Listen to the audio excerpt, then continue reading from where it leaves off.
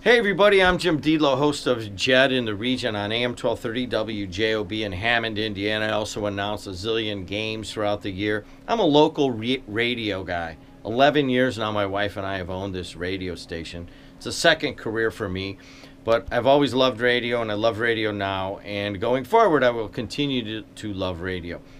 Only it will not be in the form that it is now, okay? And one of the things that I want to do is that I've finally taken a plunge and I'm ready to basically transform our organization. We already have a pretty good online presence, and I basically want to just emerge in it. And one of the ways that I've done that is I've just hired 2 people from Purdue University Calumet.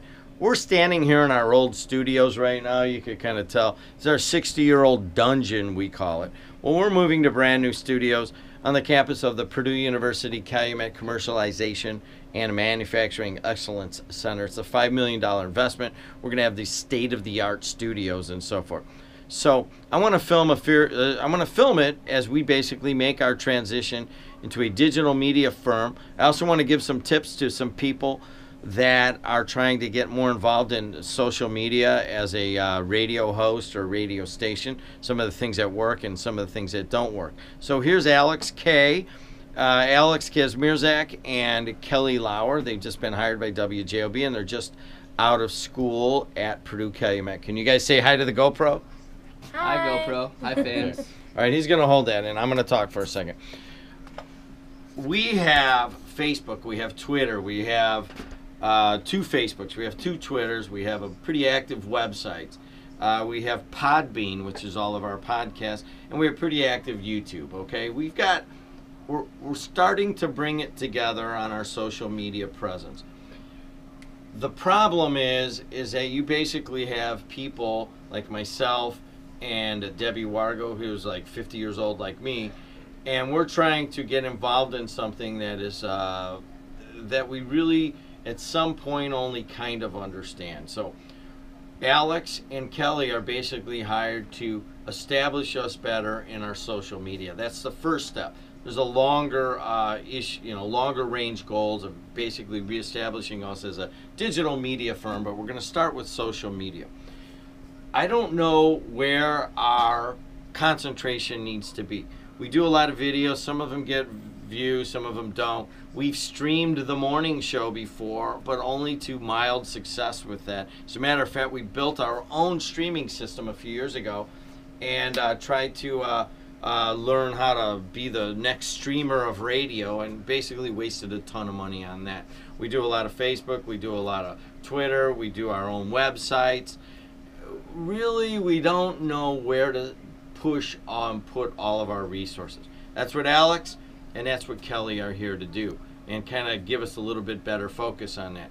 The one thing that I'm pretty certain needs to be brought into the equation is a rhythm.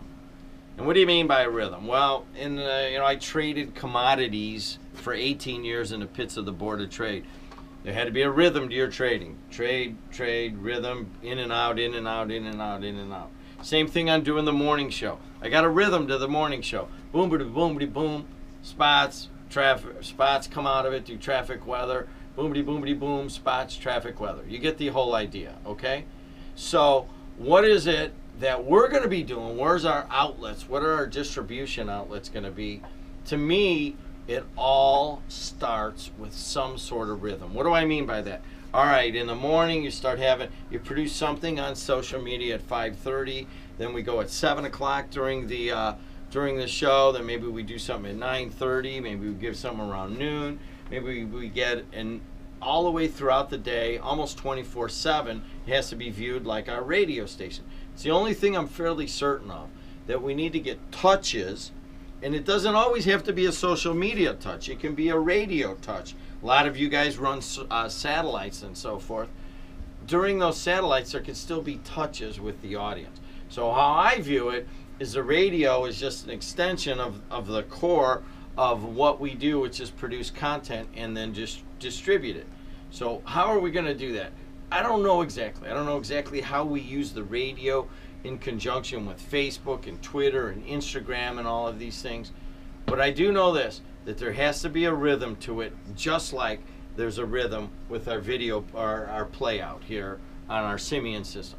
So I'm going to turn the camera around now, and the first thing I'm going to do is I'm going to ask Kelly. Kelly, now that you're new in here and you've been here a few, a month or two, Yeah. what is your impression of how we do social media? I think for social media, we should really get a ton of touches and really Facebook, Twitter, like you were saying. And the older generation only really knows how to use Facebook. So we need to get them more into how to use Twitter, Instagram, everything. Take videos every once in a while and update those so we can get them more following, more friends, more likes. I think that's a very good way to update the social media process. I think we're kind of thinking on the same terms there. We're going to give you our numbers on, I think it's like how many people have viewed our videos, how many likes, how many Facebook likes and so forth. We're going to see where we are right now.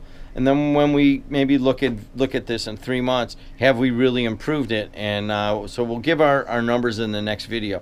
Alex, you look at our social media, what are the first 1 or 2 things that come to mind on where we're at and what we need to be doing? I think that we lack in social media. What I think that we need to do is kind of convert into more of an interactive social media campaign. There's a lot of our fans that are listening, and we're out there, we're posting a couple things, but now we're getting on it and we're trying to interact with our fans, give us a good basis and get more followers, tweets, likes, shares, and we just recently got an Instagram, so we're going to be posting a lot of great pictures of what we're doing here.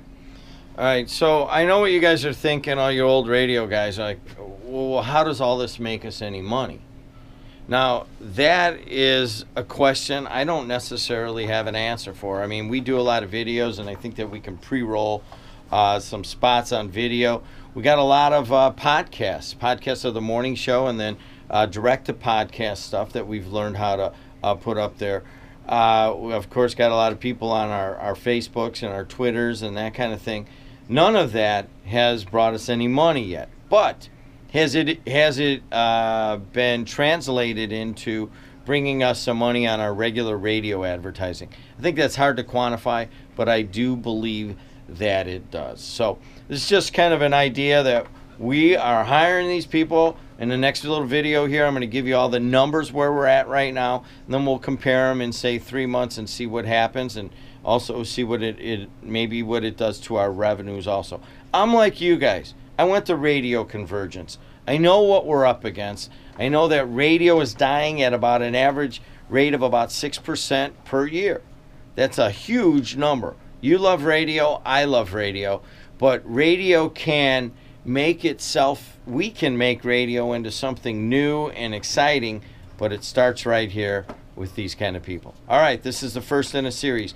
I'm Jim Deedlow, AM 1230 WJOB.